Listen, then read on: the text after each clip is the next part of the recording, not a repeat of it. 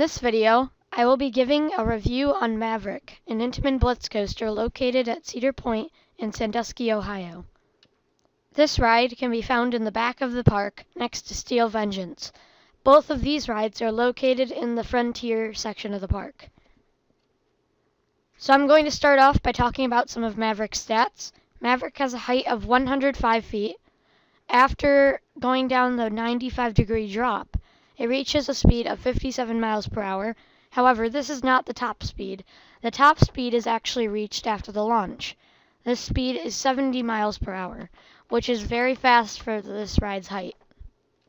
So yeah, this ride is not very tall, but that doesn't mean it can't be a great ride. This is one of the rides that proves that you don't need to be a big ride to be a great ride. Maverick is the second best ride at the park in my opinion, and it's one of the shorter rides in the park.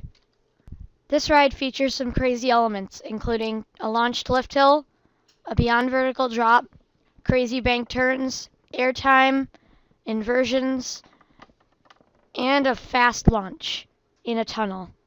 I'll go more in depth when I go over the layout. If you walk to this ride from the left side of the park, you'll cross over a bridge. The train will fly over a lake to your left. There will be a water effect that might potentially soak you. In general, this ride looks amazing. Cedar Point clearly paid close attention to detail with this ride.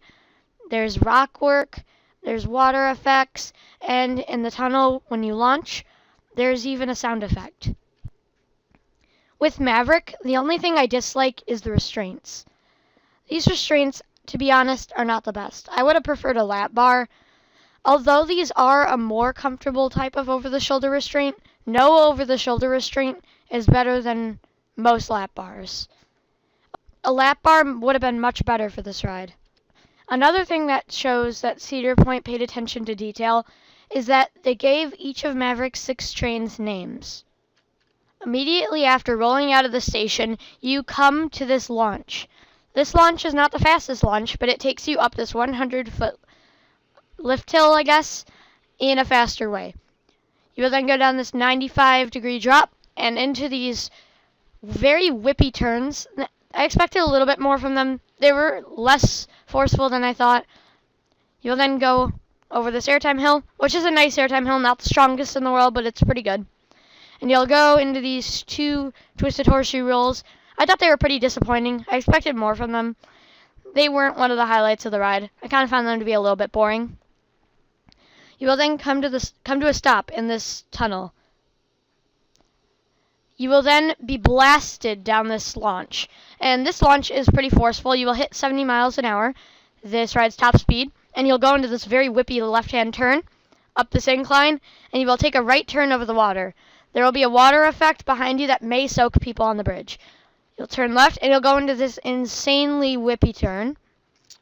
I guess it's a turn. And then you'll go over this overbank turn, which is extremely whippy also. And then you'll go over this airtime hill, and then take a right-hand turn and hit the brakes. So after riding this ride when I went to Cedar Point a few months ago, I was very disappointed by the first half. In the tunnel, I was thinking that Millennium Force and Top Thrill Dragster might be better than this. But then I hit the launch. And this launch was insanely forceful. It was unbelievably forceful. And you felt like you were going way faster than 70. And you whip out of the tunnel in this crazy left-hand turn. And then you go over the lake. And this is awesome. It's very forceful.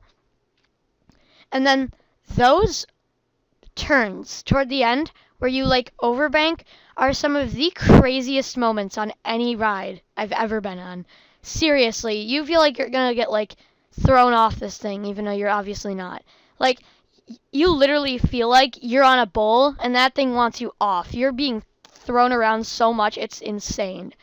The second half is unbelievable. If the entire ride was like this, it seriously might be a top 10 coaster. However, the first half is very disappointing, which is why I only have this coaster at around 15 in the world. So for this ride's overall score, I will be giving it a 9 out of 10.